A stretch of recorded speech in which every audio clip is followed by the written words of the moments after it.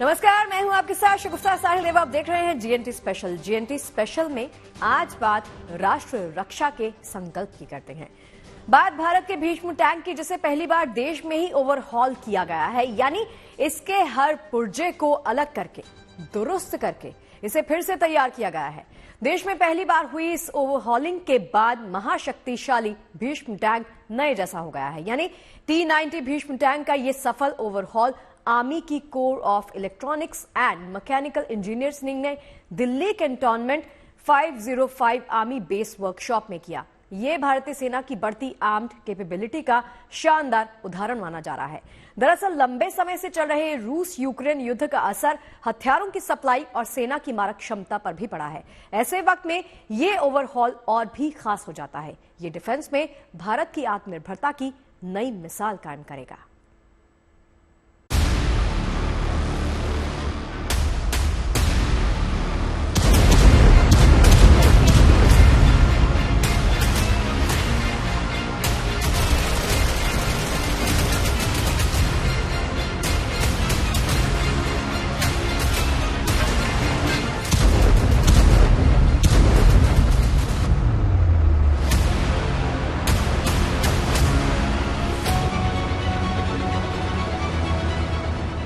भारत का भीष्म हथियार।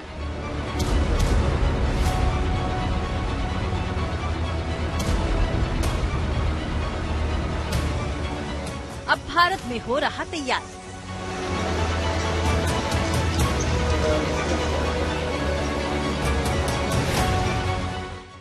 T-90 tank के एक एक पुर्जे को पहले खोलकर अलग करना और फिर हर पुर्जे और टैंक में लगे इलेक्ट्रॉनिक उपकरण की जांच कर उसे फिर से असेंबल करना, ये सब सफलतापूर्वक कर दिखाया है भारतीय सेना ने, जिसने अपने मेन बैटल टैंक T-90 को पहली बार देश में ओवरहॉल किया है।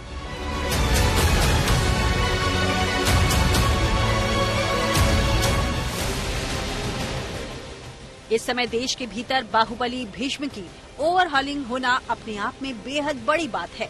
दरअसल इस समय दुनिया के अलग अलग मोर्चों पर लड़े जा रहे युद्धों के चलते भारत की हथियार सप्लाई भी प्रभावित हुई है। ऐसे में सेना की इस शानदार उपलब्धि के बाद हथियारों के निर्माण और मेंटेनेंस के लिए दूसरे देशों पर भारत की निर्भरता भी कम हुई है।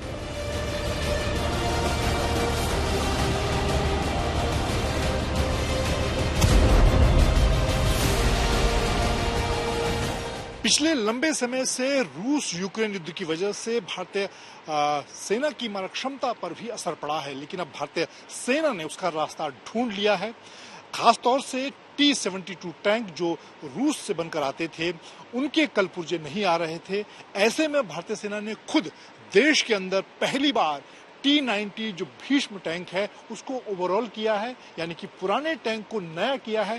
पहली बार सेना प्रमुख जनरल उपेंद्र द्विवेदी ने T-90 जो भीष्म टैंक है उसे ओवरऑल के बाद सेना में शामिल किया। तो इस तरह से अब जब पूरे दुनिया में युद्ध के हालात बने हुए हैं, ऐसे में भारतीय सेना विदेशों पर अपनी आत्मनिर्भरता को खत्म कर रही है।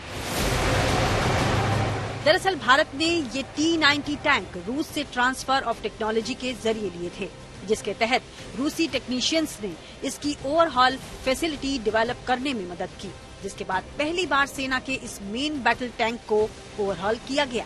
बताया जा रहा है कि 8 टैंक के टेस्ट ओवरहॉल किए गए और ये प्रक्रिया करीब 2 साल से चल रही थी, जिसमें सेना को पूरी तरह कामयाबी मिली।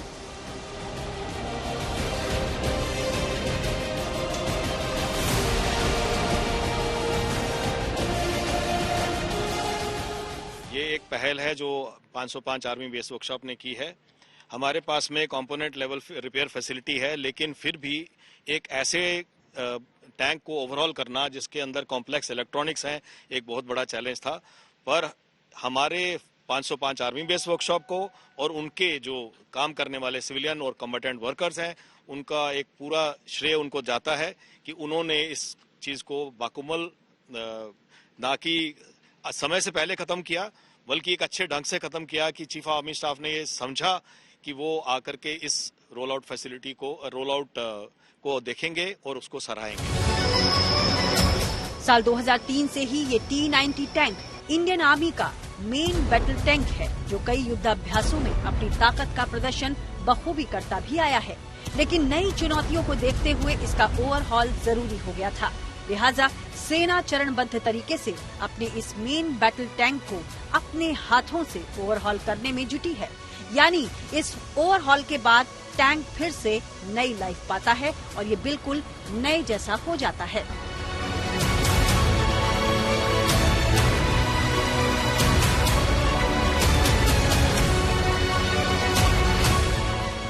और मेन बैटल टैंक्स का ओवरऑल इसलिए जरूरी है क्योंकि ओवरऑल का जो प्रक्रिया है इसको एक नई लीज ऑफ लाइफ देती है, इसको एक सक्षम बनाती है और मिशन किसी भी मिशन के लिए तैयार करती है।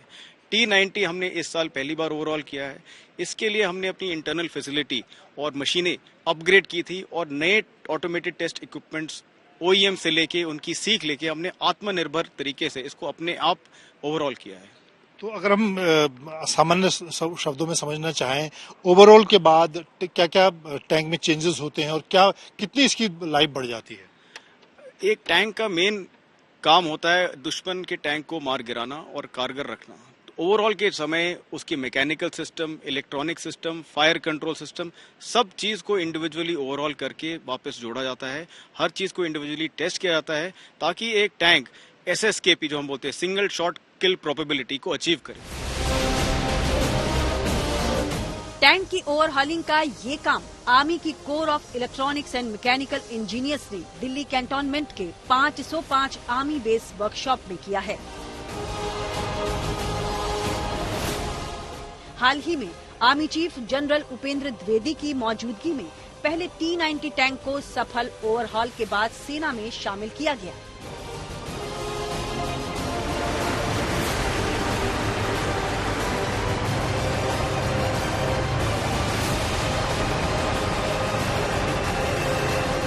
इस वक्त भारतीय सेना के पास ऐसे 1500 से ज्यादा टैंक हैं जो अरुणाचल से लेकर लद्दाख सरहद पर तैनात हैं। उन्हें ओवरऑल यानी कि उनका रिपेयर पहली बार देश के अंदर हुआ है। दिल्ली में यहां भारतीय सेना ने अपनी फैसिलिटी में पहली बार T90 भीष्म टैंक का ओवरऑल किया है, उसको रिपेयर किया है और सेना प्रमुख जनरल उपेंद्र द्विवेदी ने पहला टैंक भारतीय सेना में शामिल किया है। इस वक्त जब हथियारों को लेकर भारत आत्मनिर्भर होना चाहता है, ऐसे में ये एक बड़ा कदम माना जा सकता है। भारतीय सेना की ये उपलब्धि उसकी बढ़ती आर्म्ड कैपेबिलिटी का सबसे बड़ा सबूत है। ओवरहॉलिंग के बाद भारत का ये भीष्म योद्धा देश के दुश्मनों की गुस्ताखी का जवाब देने के लिए नए सिरे से तैयार हो गया है। दिल्ली से मंजीत नेगी के साथ bureau report, good news today.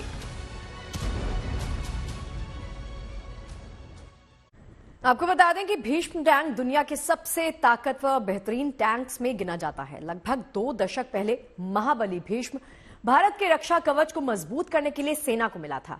तब से लेकर अब तक ये फौलादी योद्धा राष्ट्र रक्षा के मोर्चे पर तैनात है। ओवरहॉलिंग के बाद अब ये अपने रीलोडेड अवतार में अपनी ताकत दिखाने के लिए भी तैयार है। आइए आपको बताते हैं और दिखाते हैं वो कौन सी काबिलियत है जो T90 भीष्म को जमीनी जंग का खतरनाक योद्धा बनाती है।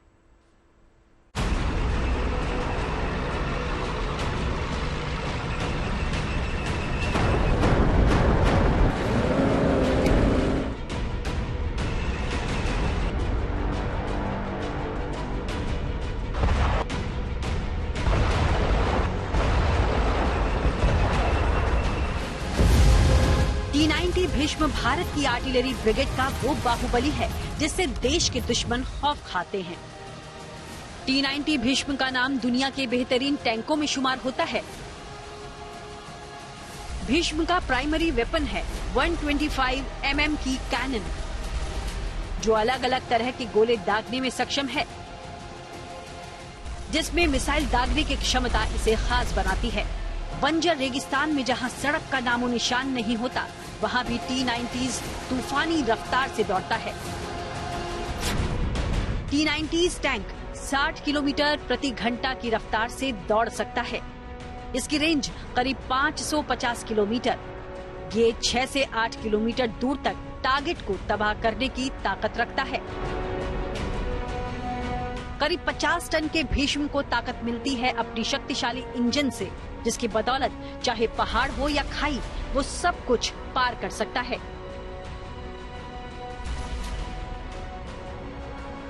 T-90s भीष्म टैंक में लगे कैटरपिलर ट्रैक्स इसके भारी वजन को बड़े सरफेस एरिया में बांट देते हैं, जिसकी वजह से ये रेत या दलदल में भी आसानी से चल सकता है। यहाँ तक कि पानी भी इसकी राह में रोड़ा नहीं अटका सकता। 5 मीटर गहरे पानी को पार करने की ताकत है T-90s टैंक के पास। T-90s भीष्म टैंक को रोकना असंभव है। जमीनी जंग का महाबली रात के अंधेरे में भी हमला करने में सक्षम है।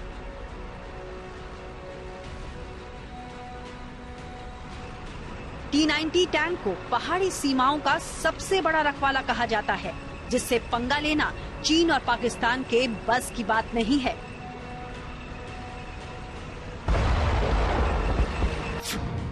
T-90 Bhishma 125 mm smooth bore gun से लैस है।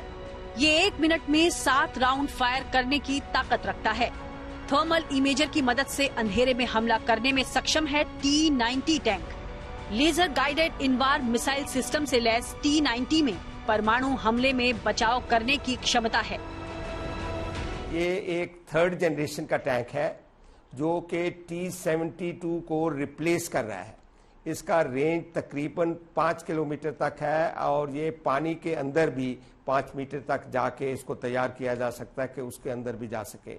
इसके अंदर 120 मिलीमीटर जो है ये स्मूथ बोर गन है।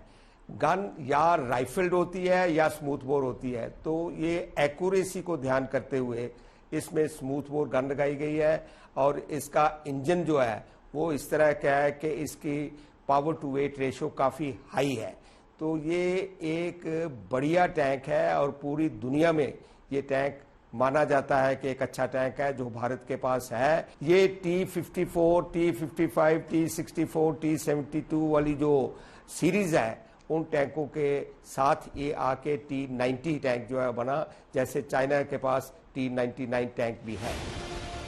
T-90 टैंक को 3 हाईली ट्रेन जवान कंट्रोल करते हैं। ड्राइवर, कमांडर और गनर के तालमेल से जमीनी जंग का ये जंगबाज रणभूमि में गरजता रहता है। टैंक ऑपरेट कर रहे लोगों की हिफाजत करता है टैंक के ऊपर लगा बेहद ही मजबूत कवच। T-90 टैंक दुश्मन के एंटी टैंक मिसाइल को भी नाकाम करने की ताकत रखता है। T-90 टैंक भीष्म के आर्मर की परत करीब 20 इंच मोटी होती है। सिर्फ इतना ही नहीं, भीष्म लैस है 3rd जनरेशन के एक्सप्लोसिव रिएक्टिव आर्मर से। इन प्लेट्स में ऐसे एक्सप्लोसिव लगे होते हैं जो दुश्मन की गोली लगने पर बाहर की तरफ फटते हैं, जिससे हमला बेअसर हो जाता है। T-90 टैंक भीष्म 360 डिग्री घूमकर हमला कर सकता है। इसकी सबसे बड़ी खास बात ये कि 360 डिग्री घूमने के बावजूद टैंक के अंदर बैठकर हर क्रू मेंबर अपनी पोजीशन बनाए रख सकता है। भीष्म की डिजाइन ही ऐसी की गई है कि हल, टरेट और एंटी एयरक्राफ्ट गन एक दूसरे से अलग अलग दिशाओं में मूवमेंट कर सकते हैं। T-90 टैंक की एक और खासियत ये भी है कि ये हेलीकॉप्टर को भी मार गिरा सकता है। हवाई खतरों से निपटने के लिए टैंक में सबसे ऊपर एंटी एयरक्राफ्ट गन लगी है। इससे मैन्युअली और रिमोट दोनों ही तरीके से चलाया जा सकता है। T-90 भीष्म में 12.7 mm की बुलेट्स लगी हैं, जिसकी मदद से 2 किलोमीटर दूर से भी दुश्मन के हेलीकॉप्टर को तबाह करने में सक्षम है। भीष्म में लगी गन 1 मिनट में 800 गोलियां फायर कर सकती हैं और ये एंटी टैंक मिसाइल दागने में सक्षम है। वहीं केमिकल और रेडियो एक्टिव का हमला भीष्म पर बेअसर रहता है। पूर्वी लद्दाख में चीन और उसकी पीपुल्स लिबरेशन आर्मी के जवानों की गुस्ताखियों को देखते हुए भारत कोई जोखिम उठाना नहीं चाहता, क्योंकि चीन पर भरोसा करने का मतलब 1962 की गलती को दोहराने जैसा होगा। लिहाजा हिंदुस्तान लगातार अपनी युद्ध क्षमताओं को धार दे रहा है। T-90 का नया ओवरहॉल्ड अवतार भारत की बढ़ती दक्षता का नया अध्याय है। मंजीत नेगी के साथ bureau report, good news today. देखिए, भारत के युद्ध इतिहास में हिंदुस्तानी टैंकों के पराक्रम की एक अनंत गाथा है। जब जब भारत के खिलाफ दुश्मनों ने गुस्ताखी की कोशिश की, तब तब हिंदुस्तान की आर्टिलरी ब्रिगेड के इन योद्धाओं ने करारा जवाब दिया। आजादी के बाद से ही टैंक्स ने हर जंग में भारत की जीत में अहम भूमिका निभाई। पराक्रम के सुनहरे अतीत से लेकर मेक इन इंडिया के मॉडर्न और ताकतवर टैंकों के दमखम तक भारत की टैंक शक्ति बेमिसाल रही है।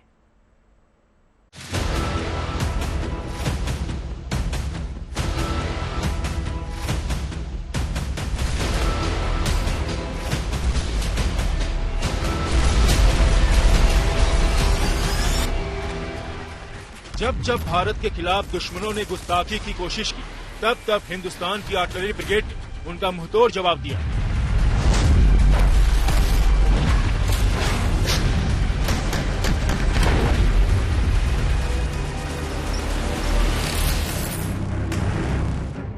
आजादी के बाद से ही टैंक्स ने हर जंग में भारत को जीत दिलाई है।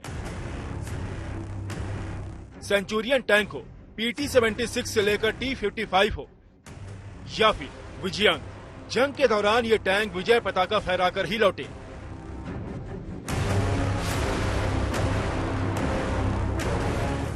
लेकिन पराक्रम के धरातल पर इन बाहुबलियों का जितना गौरवशाली इतिहास है, उतना ही उजला वर्तमान भी है।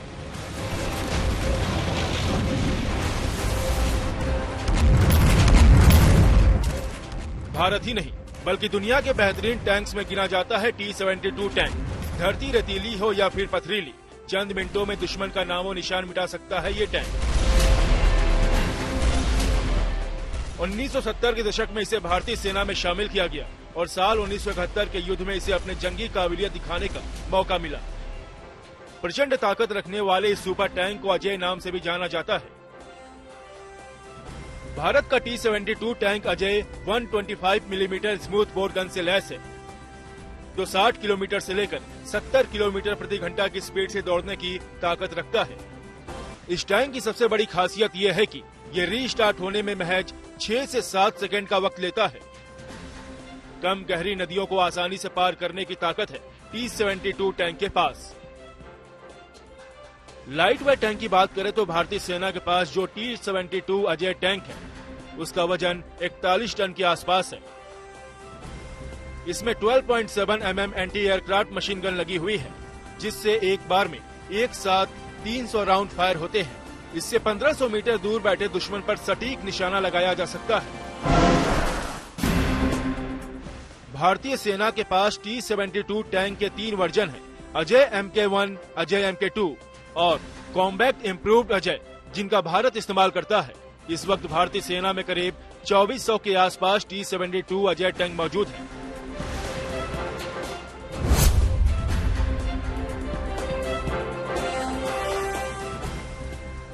आत्मनिर्भर भारत की नई धमक और स्वदेशी का दमखम रखने वाला अर्जुन टैंक दुश्मनों को नेस्तनाबूद करने के लिए तैयार है।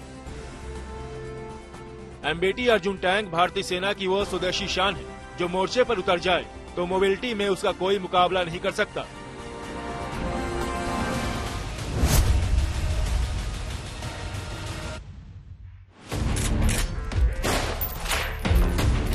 इंडियन आर्टिलरी की ताकत में 4 चांद लगाने के लिए भारत में एक और मशीनी योद्धा शामिल हो चुका है, जो पहाड़ों पर दौड़ सकता है। ये भारत का पहला माउंटेन टैंक जोरावर है। 13 सितंबर को DRDO ने जोरावर का सफल परीक्षण किया है। अरुणाचल में चीन से तनातनी के बीच LAC पर भारतीय सेना काफी समय से मिशन जोरावर पर जुटी हुई है। प्रोजेक्ट जोरावर के तहत चीन से सटी सीमा पर ये लाइट माउंटेन टैंक तैनात किए जाएंगे। चीन के साथ मौजूदा तनाव को देखते हुए हाई एल्टीट्यूड वाले इलाकों में हल्के वजन वाले टैंकों की जरूरत महसूस की गई है। सेना की इसी जरूरत को देखते हुए सरकार ने प्रोजेक्ट जोरावर का शंखनाद किया था। जोरावर टैंक को भारतीय रक्षा अनुसंधान एवं विकास संगठन यानी DRDO ने डिजाइन किया है। ये टैंक महज 25 टन के हैं, जिन्हें चलाने के लिए सिर्फ 3 लोगों की जरूरत होगी। हल्का होने की वजह से इसे उठाकर कहीं भी पहुंचाया जा सकेगा। फिलहाल भारतीय सेना के पास T-72, T-90 भीष्म या फिर स्वदेशी अर्जुन टैंक की टोली है। ये सभी टैंक 45 टन से ज्यादा वजनी हैं, जिन्हें LAC पर पहुंचने में खासी दिक्कतों का सामना करना पड़ता है। वैसे तो भारत में युद्धक टैंकों का इस्तेमाल ज्यादातर राजस्थान और पंजाब में ही होता है, लेकिन चीन के साथ ईस्टर्न लद्दाख में गतिरोध के बीच जब से चीन ने सीमा पर अपने टैंक्स का बेड़ा तैनात किया है, तब से भारत ने भी शत्रु को उसी की भाषा में जवाब देने के लिए अपने विध्वंसक टैंक्स को ईस्टर्न लद्दाख में तैनात कर दिया है, जिसके बाद से दुश्मन की बोलती बंद है। दिल्ली से मंजीत नेगी के साथ bureau report, good news today.